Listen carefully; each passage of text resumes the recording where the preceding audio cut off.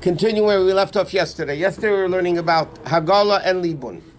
We discussed the differences. Hagala, the purging process, takes everything out.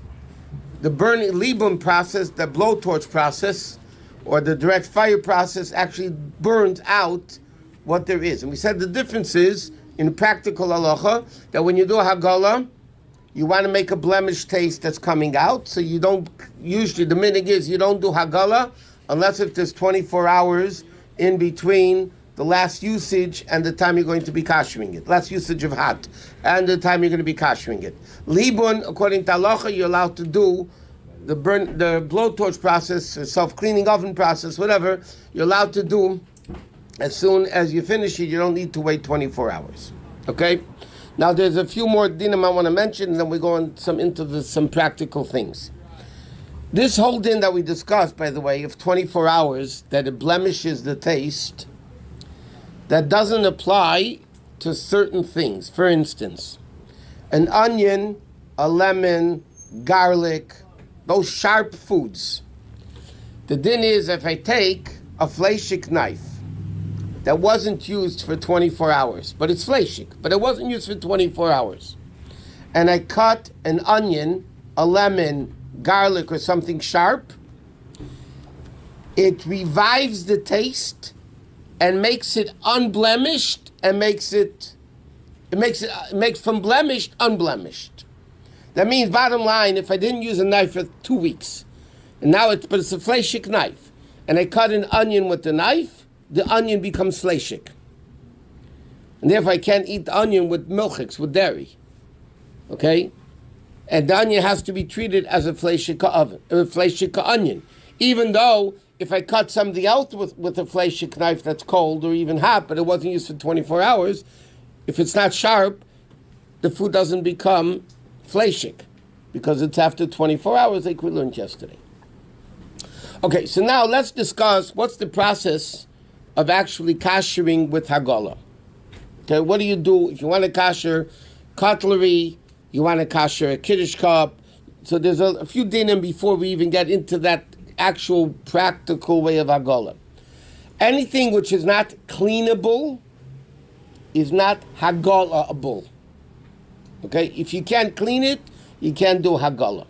Therefore, very intricate things, for instance, a strainer, a sieve, things that have a lot of holes and a lot of those things, Halachos says you can't kasher them with Hagala. Why? Because we're not 100% sure that you can clean it 100% because it's too intricate.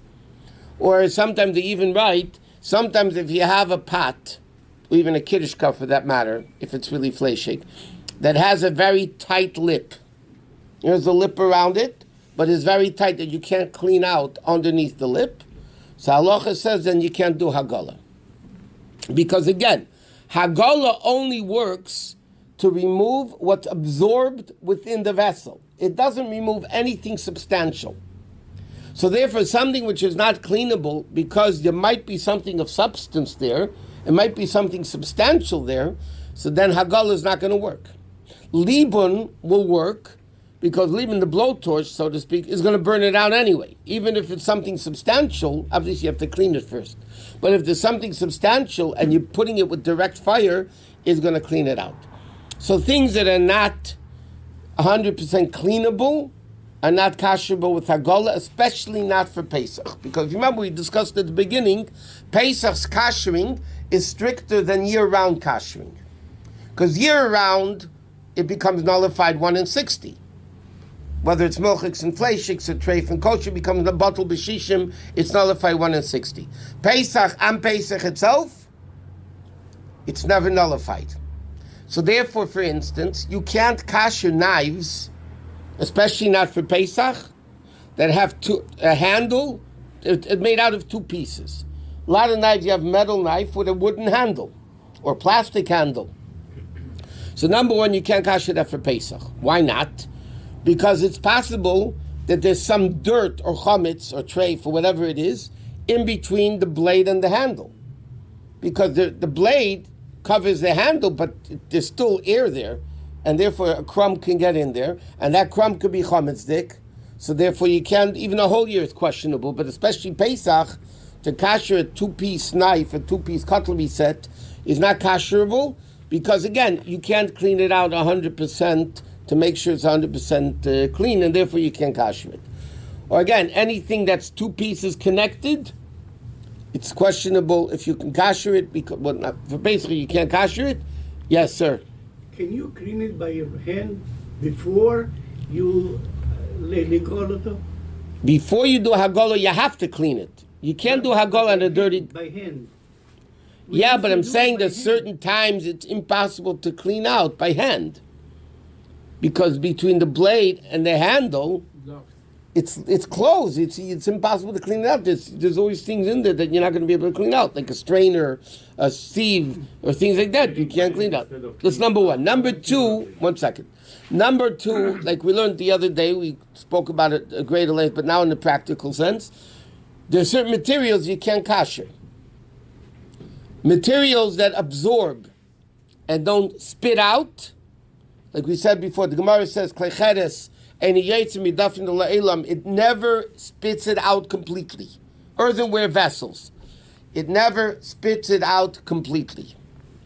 Because it never spits it out completely, you can't kasher it. Because when you kasher it, then you're going to use it on Pesach, a little more is going to come out. And that's going to be chametz. And it's chametz on Pesach, which is an issue. Now, there's a very interesting machlekes, and this is a big Sephardic Ashkenazic difference about glass. Glass and halacha has 2 opposite extremes. One opinion halacha, which is the Beis Yosef, based on the Sephardic poskim earlier, glass, according to them, doesn't absorb. It just doesn't absorb. So if it doesn't absorb, it never became chametzik, it never became treif, it never became anything. So even though many Sephardim today don't do this, but there are Sephardim still that don't kasher glass for Pesach. They use it, the same glasses they use year-round, they use on Pesach. Why? Sometimes they make agola, but according to in the din of Shulchan Aruch, you don't even have to do agola. It never absorbs. If it never absorbs, then it never became chametzik. If it never became chametz. The second opinion, which is the Ashkenazic opinion, the Ramah and later poskim of Ashkenazic, and this is the minig by Ashkenazim, glass absorbs and can never be kashered.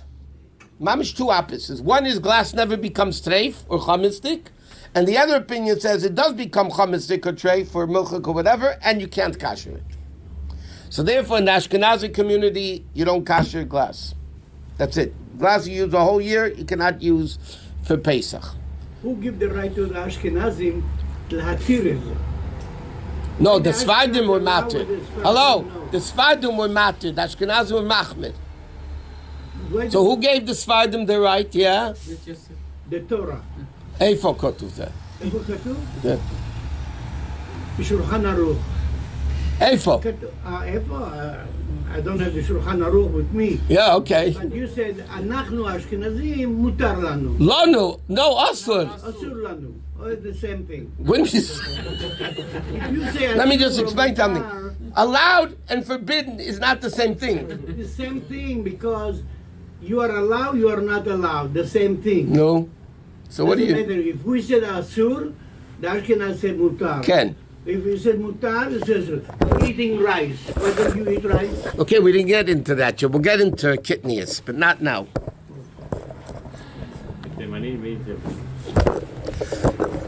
No, they eat rice. Why isn't this standing? Okay, so this is a shal if you have to kasher glass. No, what's interesting, just to get away from Pesach a second, there's another machlekes. If this machlekes applies only to Pesach or year-round too. That means there are certain poskim and halacha that say this argument between the Sephardim and Ashkenazim, between the Beis Yosef and the Ramah, if you can kasher glass or not, or you don't need to kasher glass, is only by Pesach. There are many poskim that say year-round, everybody says you could use the same.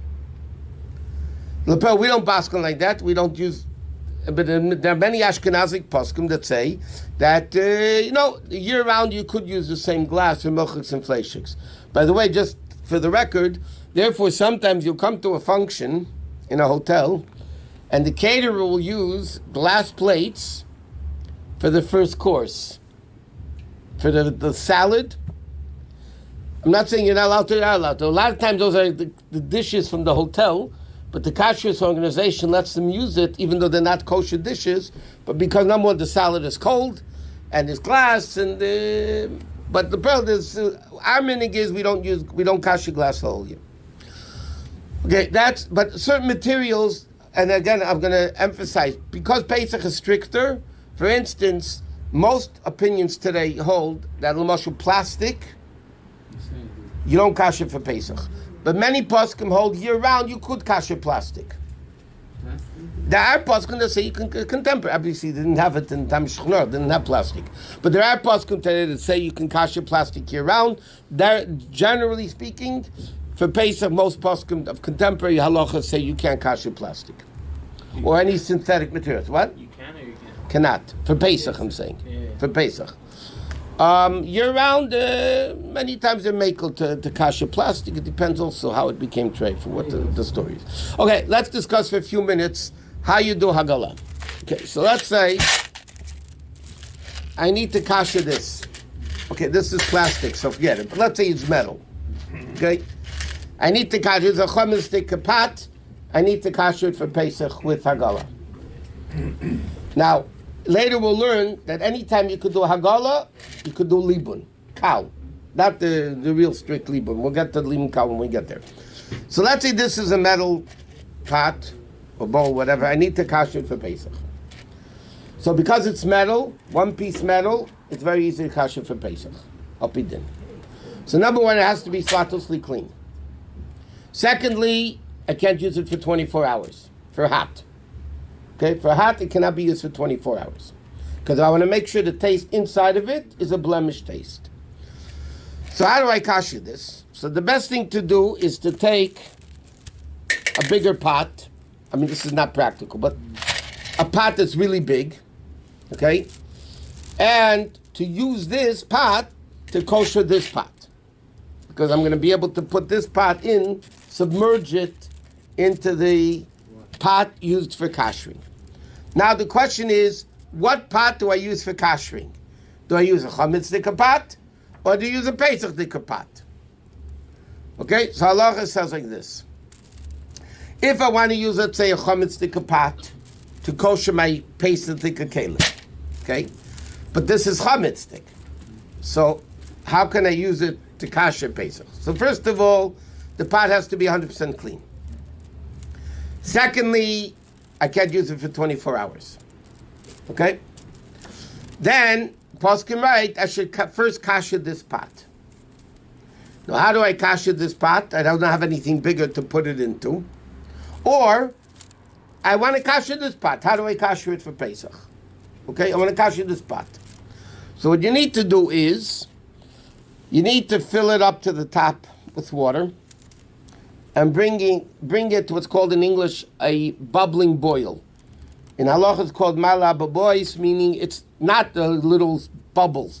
It's mamish rapid boil, as it's called, or whatever.